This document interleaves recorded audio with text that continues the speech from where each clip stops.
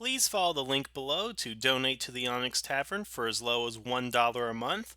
And remember to submit your fan art to onyxtavern@gmail.com.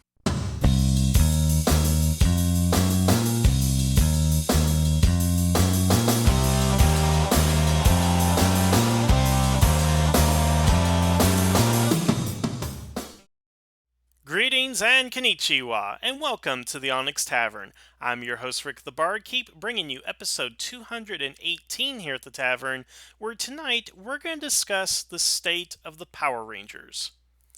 So, for those of you who have the money, the time, and the lack of responsibilities, I'm sure you all got to go to Power Morphicon, got to enjoy it, got to meet all the actors and actresses, meet the high brass, and everybody that was involved with it. And if you're really lucky, you also got to go to San Diego Comic Con and got to hear all the Power Ranger news coming out of that. Unfortunately, as I've stated previous times, I'm not able to go to the conventions due to money, scheduling, responsibilities, and other issues that I've discussed in the past, which prevent me from going. Nevertheless, for those of you who went, I'm glad you guys got a chance to go. You got to do a lot of fun stuff, it seems. Got to bring home some goodies. And of course, you got to experience the Power Ranger news firsthand, of which I am going to be relaying to you and giving you my thoughts. And guys, one of these days, I'm going to be able to afford to go to the convention, be able to have the time to do it. And of course, work through the other issues that I have. And, heck, maybe next Power Morphicon, I can be on a panel, with my show, with my contemporaries, and other people discussing Power Rangers. Who knows? The future's always bright, they say. And, I just got to work through a couple of things, and we'll see about that. You will see Rick the Barkeep one of these days. I just don't know when that would be. But moving on to our primary discussion today is really there's been a lot of news that had been coming out, and I don't have the ability to really do a single episode on every piece of news that's been coming out. And I kind of wanted to wait till after Power Morphicon, gather up all my thoughts, my notes, have a couple of days reaction to it, and go over with you guys kind of what I feel about all the news that has come out within the last month or so revolving around Power Rangers and where we stand with Power Rangers as a franchise right now, because it's honestly in a very unusual place, to the point where I almost feel like the franchise is fracturing in so many different directions that it's really hard to kind of keep track of. I guess the fan base, where things are going, how people are viewing the franchise. It's all over the place. It's really odd. And I got a sense of that from what I've been hearing out of the conventions and everything, and the news that has been coming through. Um, it's just really an odd state where we're in right now with the transition to Hasbro, the fact that the 25th anniversary is upcoming, with the Beast Morphers coming out next year. I mean, there's a lot of crazy things going on, and like I said, it's pulling everybody in different directions. But what I'd like the chance to go ahead and do is go over the major news that's been coming out, things that I find interesting, things I don't find interesting, and just give you guys my 2 cents on it. I mean, that's why you guys come here, to listen to my opinions about Power Rangers, right? Right? Well, I'm hoping that that's the case here. So I'm just going to go over a couple of things that again came out of the convention, came out a little bit earlier, and just give you guys my general opinions about them.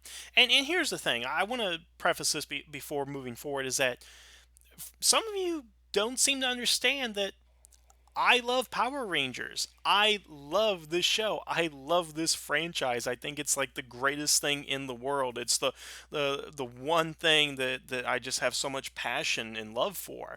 Um, Am I upset with the franchise every now and then? Yes. Am I upset with the decisions that the higher ups are taking, with the show, with the toys? Am I upset at the fan base and everything associated with it? Yeah, I do get that every now and then, and that's just kind of natural in this. But I want you guys to understand that I love Power Rangers, and I want it to be good. Now, of course, good is being subjective there, but like I said, I'm giving you guys my opinions. Just know that I love Power Rangers. I want it to be better than what it is or what it has been. And sometimes I just don't always agree with the things that are happening with the franchise. Um, and it may come off to sound like I hate Power Rangers, but I don't. I just want what's best for it, if that makes any sense. All right, first of all, let's go ahead and talk about Hasbro real quick and kind of where we are with the toys. Because the only bit of news that I'm really seeing out of Power Morphicon is the fact that they are making a new line of figures called the Lightning line, or something along those lines. And basically, what is it's the legacy figures scaled down in size, but has more points of articulation and supposedly are more show accurate. Um, they gave off a prototype of the White Ranger with Tommy's head as the sculpture and the White Ranger helmet. They showed how they made it based on references and all that kind of stuff. What I'm getting out of this is, one, they're stopping the legacy figure line, which to me is a great shame, simply because you're going to have like a third of the total number of Power Rangers out there in this line. You have so many other Rangers and other seasons you haven't touched, and they're just going to abandon it to develop their own line. Because what's the first one they just came up with? The White Ranger. That's the one that they're promoting for the spring 2019 line. Well, don't we already have a White Ranger legacy figure? Don't we have like 100 other White Ranger remakes or republishes of the original figure? Yeah, we have plenty of those. So basically, what Hasbro's saying is we're going to stop making these toys that Bandai was doing that were profitable, and we're going to make something that is better, but we're going to kind of resell you the same thing. Because, I mean, here's what's going to happen. They're going to come out with the White Ranger, the Green Ranger, the rest of the Mighty Morphin Rangers, the Zeo Rangers, the Space Rangers, the Psycho Rangers. They're going to come out with all these figures. I'm sure they're going to take the most popular seasons, and they're going to basically resell us another version of a toy that we already have. Now, I know in the collector's market and things like that, there are going to be differences and stuff. Obviously, this White Ranger is going to be different from Bandai's Legacy line, but what's upsetting is that they're just stopping the Legacy line altogether without finishing it out. And I suspect that there are going to be a number of other things that Hasbro is going to stop and do their own version of. For example, now this is not confirmed or rumor or anything. This is just something I'm thinking of off the top of my head. You know, if they ever say want to do more Ranger keys, say Dino Charge or Ninja Steel or Beast Morphers, kind of like what Bandai Japan has done, since Gokaiger had ended. If they want to do Ranger keys, I guarantee you they're not going to do the Ranger keys and re-release the Morpher the exact same way that Bandai did it, whether it's Bandai of America or Bandai of Japan. I would be willing to believe that Hasbro is going to make their own molds of keys, make their own Morpher, and then when they have those new keys, they might re-release the old keys but in their own version, which could be exactly like the Bandai of America, could be exactly like the Bandai of Japan, could be some hybrid, could be something completely different.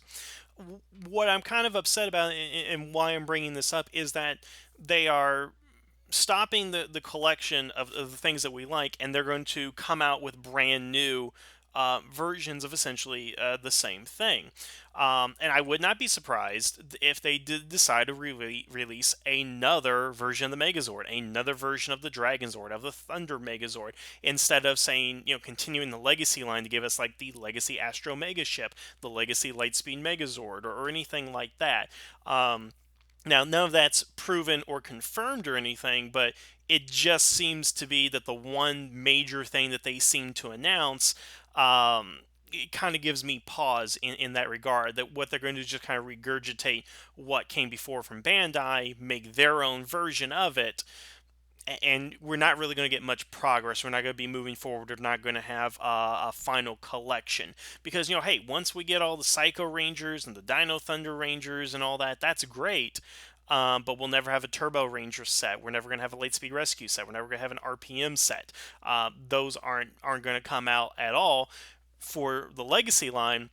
But sure, it'll come out for the Lightning line. But then again, you're recollecting, you're starting from scratch and everything. So it's a little bothersome. And I do wish that Hasbro came out with some more significant news than that. Like, cosplay helmets, legacy lines, or heck, maybe they're, doing for one, translations from the show and all that. I mean, obviously there seems to be a effort to do show accurate products, but I didn't even see information regarding Beast Morphers toys, which is kind of odd when you think about it, given that that's going to premiere in a few months. And of course, all they're shelling out right now is just revamped legacy figures. So that's something of a concern. I'm sure in a couple of months we'll go ahead and have some more toy reveals and we'll get the Beast Morphers. And honestly, depending on how Hasbro handles the Beast Morpher line, will, I think, give us a better indication on where they're going to go moving forward, if they are going to be better or worse than Bandai of America. So that's something to look into. Now, staying with Hasbro, here's the weird thing about Hasbro is it seems that they announced a couple of things as far as the production side of it. And what they've announced is that one, they're staying in New Zealand for the production, and they are keeping a lot of the staff on, in the writers' room, producers, and so forth. And that really gives me a little bit of pause because, and here's the thing, I work in college athletics. Imagine this as the scenario. Imagine you have a football team that goes, say, 1-11 or 0-12. They have a really bad season. But at the end of the season and preparing for next season, they say, okay, we're going to go ahead and fire the athletic director and the head coach. But we're going to keep all the other coaches and all the other staff in there, but we just get rid of these two guys. Or heck, not even that. Maybe just get rid of the athletic director, but keep everybody else on staff. Well, as a fan, you would probably say, well, how's my team going to get better than 0-12 if you fired only one person but kept everybody else? And I kind of view that here with what Hasbro wants to do with the production side. Now, am I saying they should have fired everyone? Absolutely not. That's not what I'm saying at all. I'm not telling you to get rid of people to have them lose their jobs and stuff. But what I really thought was going to happen with Hasbro is that they would keep like the production team, like the filmers and the stunt coordinators and people of that particular nature, people who work behind the camera for all the technical aspects. But I would have thought that they would have had a clean slate with like executive producers, directors, writers, the people who handle the story aspects and the creative direction of the show. But by keeping on the majority of writers and producers, it makes you kind of wonder what Hasbro's really thinking in this regard. I mean, do they want to have their own show with their own stamp on it, or do they just want a continuation of what's going on? Now, obviously, that's kind of what Disney did, is that, yes, they moved production down to New Zealand and everything, but they got new writers and other people involved in the process. I mean, that's why Wild Force and Ninja Storm are almost kind of like day and night. They're such different shows because you could tell the creative direction behind the camera. But it seems that, at least for Beast Morphers, they kind of want to keep it the same. They don't want to bring any fresh talent or new people, new faces in there. I mean, sure, we're going to go ahead and see new actors and all that, but if you got the same people writing, it's kind of like, aren't people complaining that with the last couple of seasons that it has been stale, it has been kind of regressing back, it's not making a lot of sense and there are some issues with it? Wouldn't that mean that you want to bring in some new talent, bring in a new group of writers to make it better, to change the way the show is? I just find that as a very odd thing to do. Not to mention, they're keeping the production in New Zealand. Yes, I know what you're saying. It is cheaper to film in New Zealand, but, and I've said this before, I think we need to get out of New Zealand, and it has nothing to do with the actors or anything like that. It's just kind of, I still think the show needs to go union. We need to get some union actors in there. We need to get some of that, you know, LA union talent out there, and give the production.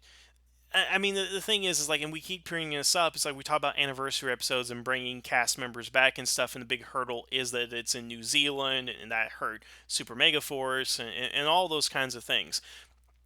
I really think that the change back to Los Angeles, back to America, and make it a union production is going to have a ton of benefits for the show. That I'm not saying that union actors are automatically more qualified, but I think you're going to get, better options out of that. Um, I just think it's, again, it's very odd to me that we're keeping everything the same, only the name has changed. And again, I knew that there would be some people that would be staying on, but I really thought they would have hired a new executive producer and new writers. I at least thought they were going to go ahead and do that and move the show back to the United States. Um, that's not happening, so I am just kind of curious on where we're going from this particular point, and what's going to be happening. Now, along with that, Beast Morphers, we got an official trailer, which means that we basically got Go Buster footage with American voiceovers to it. We didn't really learn anything significant from the trailer, other than the basic plot is the stand in for an Intron this season is the morphing grid. Humanity is being able to tap into the morphing grid, obviously using it for natural power now. Evox, this snake like virus creature, is creating his own Megazords, wreaking havoc, and the Power Rangers have to go ahead and stop him. Basic, I wish we had more information about it. I wish there was more to that. But, here are a couple of things. I mean, one, we know that the villain is named Evox, he's a snake. I'm really hoping there's a human avatar attached to that, because as I've said before, we don't need rubber suited monsters. We don't need CGI monsters. I mean, heck, for as good as, the concept of Vengix was, putting an actual face to Vengix would have been great. I mean, look at some of the best villains in Power Rangers, and a lot of them are face villains, or at least, not the big rubber suited with a static expression on their face. Lord Zed, of course, being obvious exception, along with Rio Revolto, but Rio is really just a special case. The point being is I don't want it to be a CGI snake for the entire series. I really hope that somewhere in our pantheon of villains this season we will get some human characters to work off of, as I've said before. And of course, we did get the reveal of our three main Rangers for the series. We don't have their names, but we know the actors who are going to play them. And I mean, again, I say this every year. I say it every year. What do you want me to say about the actors? People at the beginning of their career, no major film accomplishments to their name. Um, they're just actors starting out, so I can't say anything good or bad about them other than they're actors, and we're gonna be able to judge them as soon as the series starts. Now, I do like the idea that of the three characters, two of them are minorities. We have a black red ranger, and I do believe is the blue ranger Indian. I'm not sure. I've been trying to get some confirmation on that, and I can't get a straight answer, believe it or not. But that's great. I'm actually a little concerned about our Yellow Ranger because she looks like a peppy blonde, and we've had enough peppy blondes in Power Rangers. We've had enough blondes as it is. Anyway, I mean, couldn't they have made her like a Japanese girl or a Korean girl or a Chinese girl or any type of Asian girl or something? That would have been something. Then all three of the Rangers could have been minorities. That would have been awesome. An all minority Power Ranger team. I mean, did we have to have a white actress in there? I mean, was she really the best actress that we could have gotten? I'm probably going to say no. Heck, maybe 10, 15 years, I'll eat my words on that. She might be the greatest ranger in the series, but I mean, I don't know. It's just one of those odd things in casting. I just kind of thought that, heck, we got a new team taking over. Let's have all minorities as the Power Rangers. I think that would have been pretty cool. But I mean, that's all I got really on Beast Morphers, because that's all they're giving us. They're not really giving us anything of substance. We know what they look like. We don't know what their characters are supposed to be like. We don't know anything about the villain. We don't know about anything else other than what we see in the Sentai footage. Other than, heck, the Sentai footage has aged well. I mean, you really can't tell that the footage is that old. I mean, relatively speaking, but I mean, it looks fresh. It looks new. It looks great. So, heck, good job on that. So Beast Morphers is going to look great, I think. So something else that has kind of concerned me a little bit coming out of the conference. Most of the news and most of the chatter I had been hearing, and this is from multiple sources that I follow on Twitter and Facebook and a couple of other places. Everybody seemed to be really excited regarding the comics, the Shatter Grid, Beyond the Grid, Go Go Power Rangers. Lord Drakkon and all this stuff, it seemed to me that a lot of the news coming out kind of revolved around the comics. And okay, so here's the thing: Power Rangers, first and foremost, is a television show. That's where it's born, and that's what's been enduring for the 25 years it's been on television. That's the main thing. It's not a movie franchise. It's not a video game franchise. It's a TV franchise. So for the conference, or excuse me, I keep calling it conference, but for the convention to focus more on the comics is a little disconcerting in that regard. I guess I just wasn't expecting it. I was a little surprised by that. Um, but it seems to be the comics are the one thing that everybody's really talking about, that everybody's really super excited for. And as I said before, I like the comics. I think they're good. I have no real issue with them in regards of content. Now, again, I'm only up to volume 5 because they're printing more comics than I can afford to go ahead and get. And when I get those volumes, they come months and months and months later. I mean, heck, I don't think the next volume comes out to November. And by that point, we'll be up to issue 40, and I'll be 20, 30 issues behind. So I don't know. It's just I'm a little bit behind, and that's kind of part of my issue right there. But it seems people are more invested in what's going on in the comics. And again, for something that lives on television, I'm just concerned about all this stuff revolving around the comics more than the television show itself.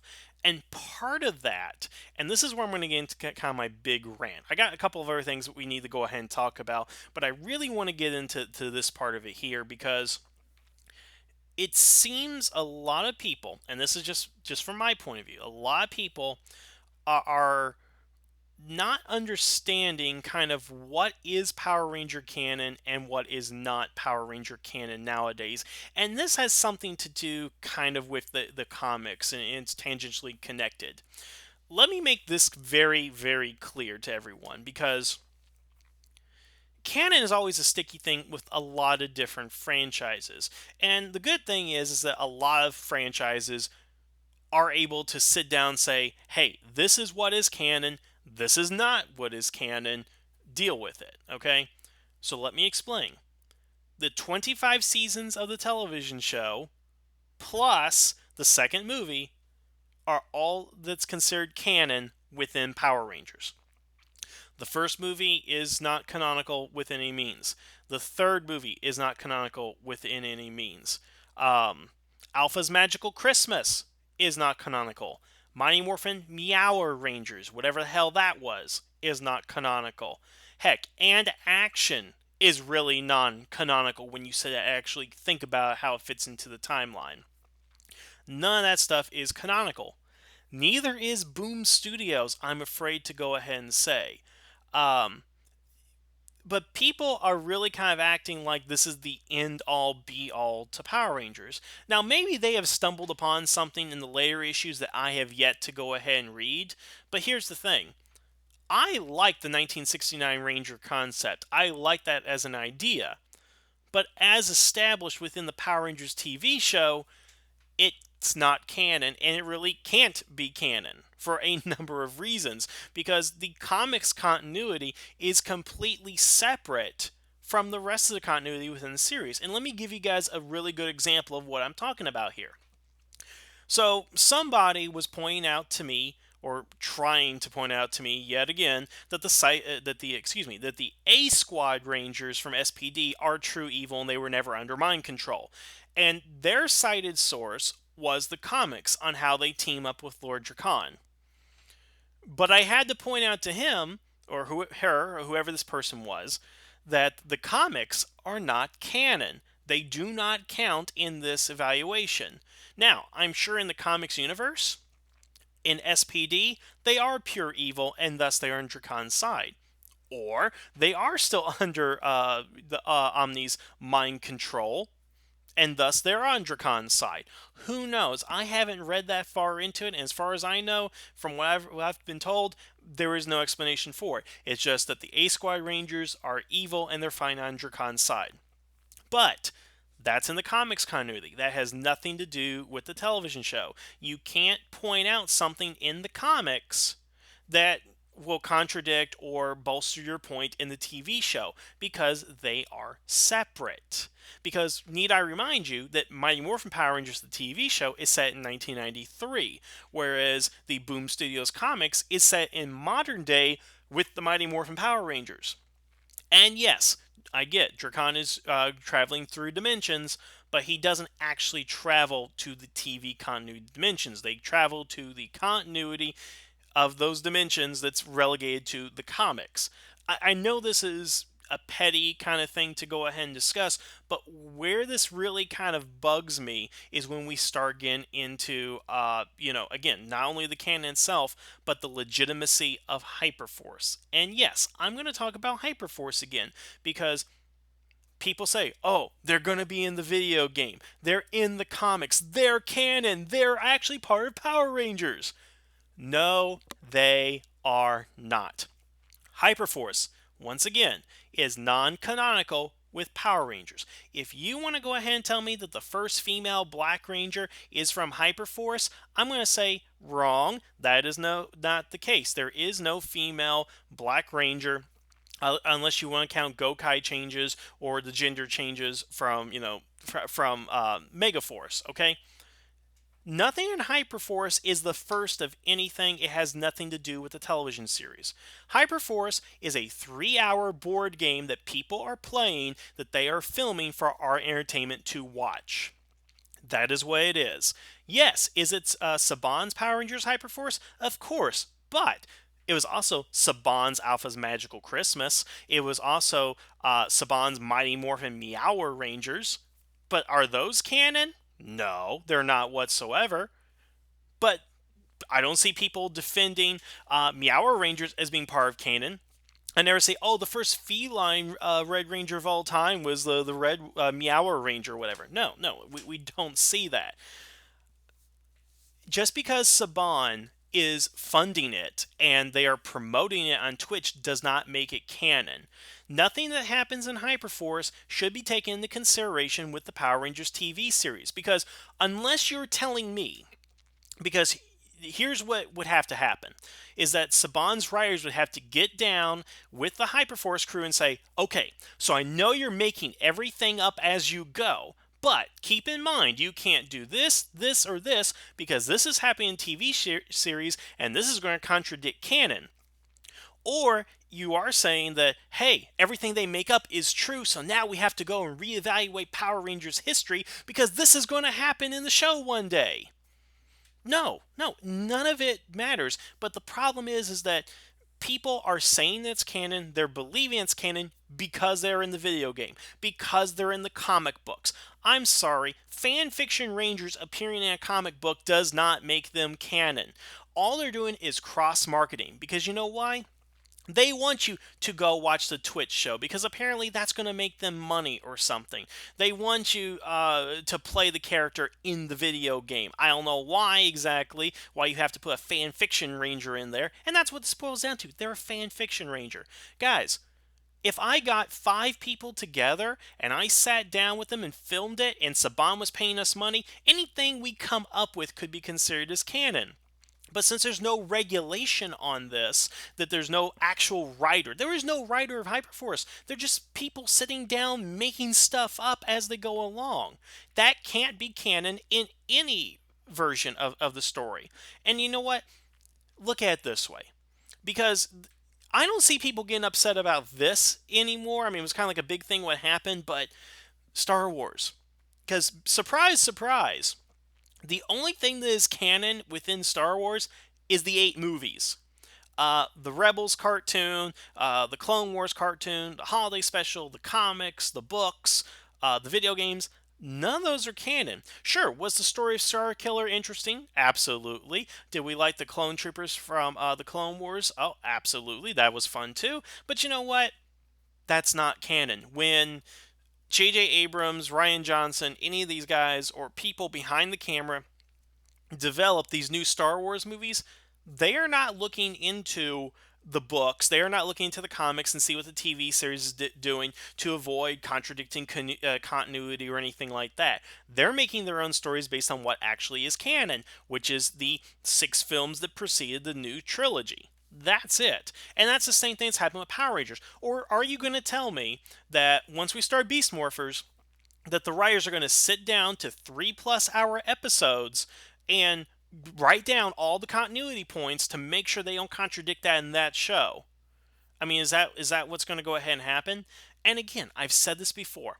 If you want to make Hyperforce part of Power Rangers canon, if you want to make it a legit part of Power Rangers canon, then make a show. Make an actual show. You want to take the plot points and write out into a script and hire actors to go ahead and film it, design sets and costumes and Zords.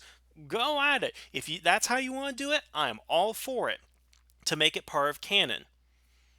But again, you can't legitimately have people sitting down, dreaming stuff up, saying it out to the camera without any type of consequence or forethought to it, and say, "Yep, this is part of Power Rangers continuity now." That's exactly what it is. So yeah, because you know what, guys, here's the thing. I just can't accept that. And again, the comics are becoming a part of it because apparently Hyperforce is in the comics. And again, people are saying, well, they must be canon because they're in the comics, but they don't understand the comics are not canon either. I mean, here's the thing. If Phantom Ranger, and the Phantom Ranger does show up in the comics, I'm told. If for some reason the Phantom Ranger reveals his identity in the comics, that does not mean that his identity is solved in the TV show. That means we know the identity of the Phantom Ranger in the comics, but not in the TV show, because they're not the same person. Also, with this new Dark Ranger to come out with, yes, it's based off of the Death Ranger from Killjoy, but it's not Heckle. Okay, in the comics it may be, but not in the show because that was something that never happened, and you can't retroactively in the comic go change something that's in there. Now again, you will have, I guarantee eventually we're going to get Power Ranger novels, and the comics will probably fill this role in some capacity, where plot holes are going to be explained. I guarantee you that one day there'll be a book written that will explain the plot hole of why the moon has a breathable atmosphere and all that. That's something that should be addressed in the show, but I'm sure somebody's going to go ahead and put it in the book. And that's great information to have on the side if you want to think about it that way. But if it's not mentioned in the show, then it's not real. It's that's not the true explanation. If the book says Rita terraformed it with her magic, that's what the book says.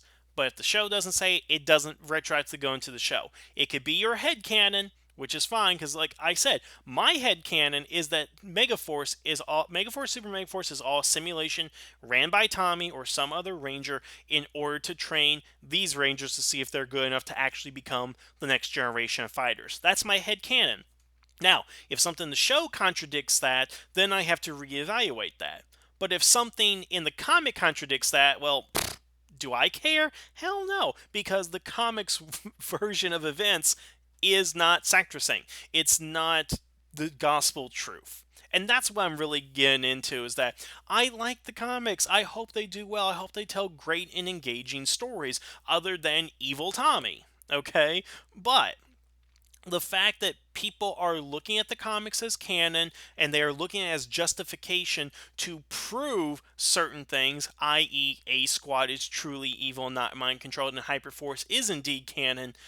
If that's what they're looking for, then guys, you're looking in the wrong place. Because if it's not in the show or the second movie, which again is canon with the continuity, then it doesn't count. It doesn't mean anything. And it's just so infuriating to hear these people go on and on about something that's going on in the comics and how that's official now. And the same thing with Hyperforce, how that's official. That apparently, like, Jen is in Hyperforce, I think, and that what happens there, well, that's part of her official bio on the Power Rangers website. That is how it is from now on. No, it is not. They just got the girl that played Jen to show up and make stuff up as she went and follow whatever meager script they had, so it doesn't count. And I really don't want to have to discuss this again with you guys. I mean, because I'd like to think you guys understand this point, that we understand what canon is, but there just seem to be so many loud voices out there who are trying to tell us otherwise. That is not canon, and it's just infuriating. Okay. So the last thing we have to go ahead and discuss tonight is certainly the 25th anniversary episode, Dimensions in Danger. Now, what's kind of weird about this to begin with is that one of the things that was posted about this is that supposedly the episode confirms that there are multiple dimensions in Power Rangers and not just the two. And of course, they're referring to the main and RPM. And RPM, yes, is in continuity, just in a different dimension. I kind of thought Mighty Morphin Season 1 already indicated that there are multiple dimensions, Rita's dimension, Zed's dark dimension, and so forth. Um, Multiple dimensions have been a part of Power Rangers since the very first season. So for people to point out that this means that there are multiple dimensions, more than just the ones that we know of, I mean, I think what didn't SPD say it was something like 17 alternate dimensions or something like that. I mean, that's kind of an odd line to put in there, but like, why is this big news to everybody that there are multiple dimensions to Power Rangers? Like that again, that's been something people have been running with. That's kind of like a big deal and all that. Now we don't know exactly what the plot of this episode is, and yes, it's evil bad guy has a plan, and Rangers must team up to save all of reality. I mean, we've seen that kind of stuff before in other franchises and in Power Rangers. Just not to save all reality, but you guys get my point and all that. But we don't have like a reason that this is happening. You know what I'm saying? Because here's the thing: is like this. First of all, this episode is 30 minutes long. You guys realize that, right? It's a single episode. It's not a two-parter. It's not a multi-parter. And yet we have at least 10 returning Rangers showing up for this episode, plus the 6 existing Rangers that we have right now. So we're going to have 16 Rangers all in this episode, which is great. I like that idea, but I really think this is going to be hampered by the 30-minute runtime. Because here's the thing: back in the day, you could do Forever Red and just say, "Hey, all the Red Rangers team up to fight the Beetleborgs and stop Serpentera." You could do that back in 2002. That was not an issue because the franchise is only 10 years old. It delved into the lore, and you really didn't need much of an explanation to get a lot of these characters back together. Yes, they glossed over how they got their powers back, but the episode still holds up from a narrative perspective. However, this is 2018 now, and things have changed a lot since 2002, and a lot since Forever Red. And I'm just really kind of concerned here on how they're going to handle it from a story perspective. And what I mean is, they're not going to handle it at all.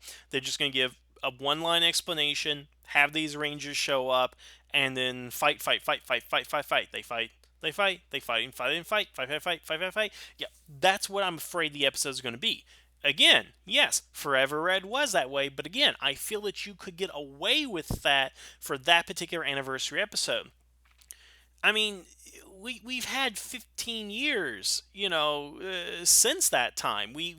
Power Rangers has changed, the audience have changed, the standards have changed. What is expected in an anniversary episode has changed. That, but it seems to me that 16 Rangers, 30 minutes, or really 22 minutes, because you can't count the commercials, is all we're going to go ahead and need. But let me bring up just a couple of things, because hey, Kat's coming back in the episode. Okay, but she's coming back as the Pink Turbo Ranger. Where are her Zeo powers? How did she get the turbo powers? Because last I checked, turbo powers were destroyed while Cassie possessed them, and if they did still exist, they would be in the hands of Robo Cassie, who was last seen on Eltar and could be destroyed from the war on Eltar. What happened to her Zeo powers? Because again, as I recall, in the Legacy War, she shows up in her Zeo powers. And if we don't count that as a simulation that actually happened, you're telling me she went from Zeo to Turbo to Zeo back to Turbo. Are we going to get an explanation on that? Plus, Tommy shows up in the episode. Now, if you will recall, Tommy and Kat do eventually get married in a season, or is it a season to remember from Zeo? Now, again, that is canon. I have never seen anywhere that is not an official canon future for the Power Rangers. Nothing in the series contradicts this, and there is no information saying that it does not happen.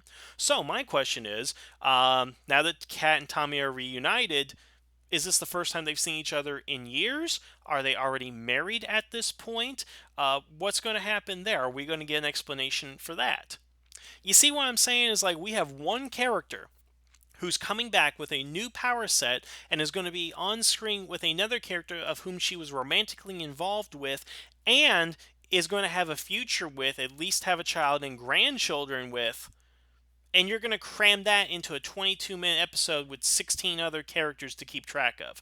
That's the kind of thing that worries me here, is that they're not going to give due justice to these people that are showing up in the episode. And it's not just Kat, but I mean, look at Tommy, for example. He shows up in the preview trailer as the Black Dino Thunder Ranger, yet we see battle shots and this glorious image that you're looking at right now of him as the Green Mighty Morphin Power Ranger.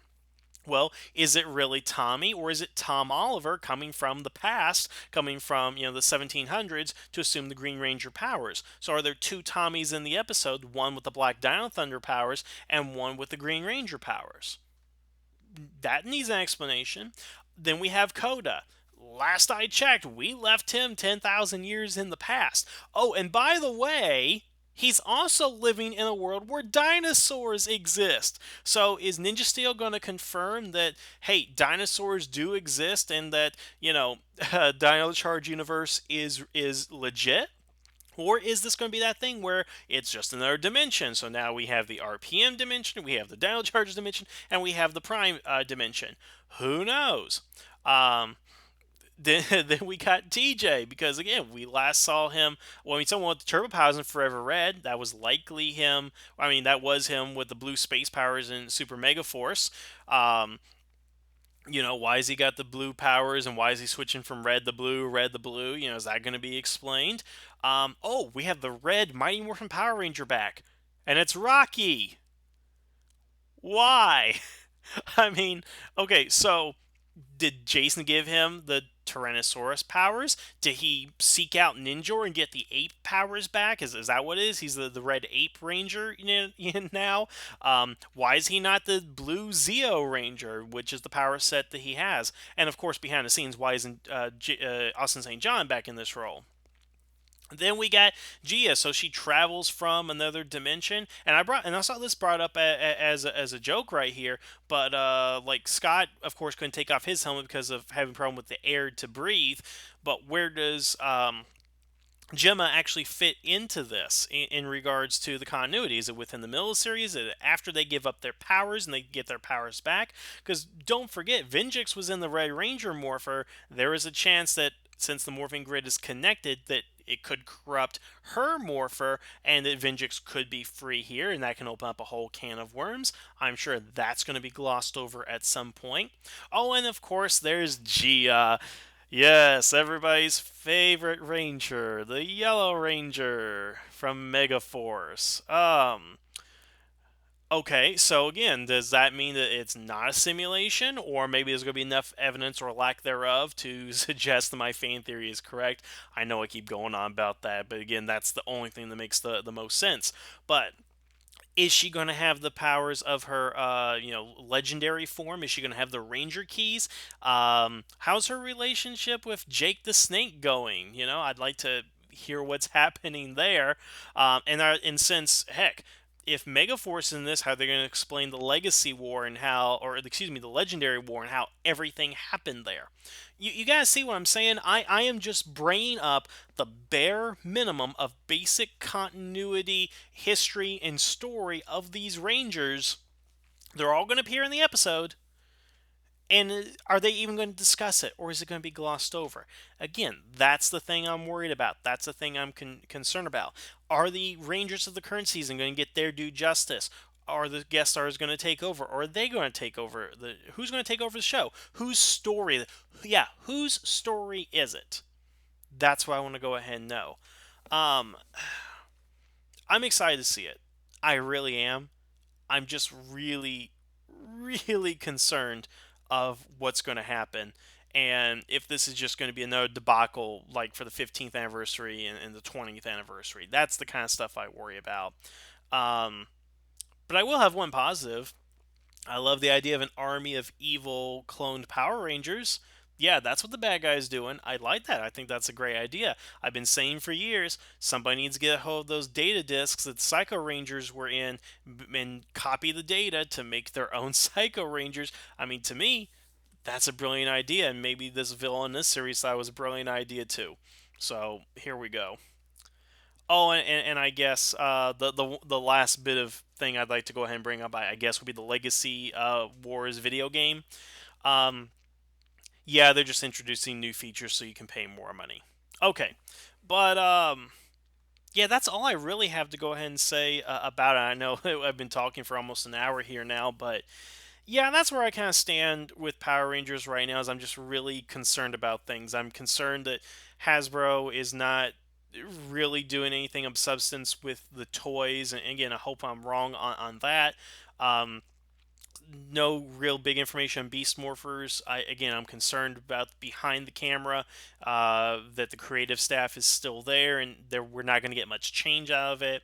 Again, I've gone on and on about the Canon issues, and I can't believe again, it's I don't know why this is an issue now, and of course how I feel about a 25th anniversary episode. Now I'm sure I'll do a review and I'll give you guys my thoughts about the episode once it airs, but you know I think Power Rangers is in a very weird place right now. I see there's a lot of optimism over the series, but I'm not quite sure what that optimism is over because I don't really see the series going in a real positive direction. At least for television. Like I said, comics can do whatever the hell they want, and they seem to be doing good at making up their own stories with, the Power Ranger puzzle pieces, with the basis there. I mean, that's fine. But I don't know. I want to see something more substantial. I want to see the production do something really interesting, something shocking and different. And I guess doing the Go Buster footage would constitute as that. But if you're using the same writers that don't seem to understand time travel in Dino Charge, then what can we hope for the rest of the series? I don't know. I'm cautiously optimistic. That's how I always am. That's my default and all that. And I really hope this 25th anniversary is good. I hope this sets a new precedent for anniversaries moving forward. Um, I, I don't know what else to say, guys. I really don't.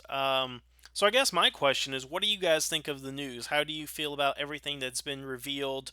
Everything that we know now? Do you think this is good, bad? Are you indifferent about it? Hey, leave a comment below and let me know. I just want to know how you feel about the franchise and moving forward.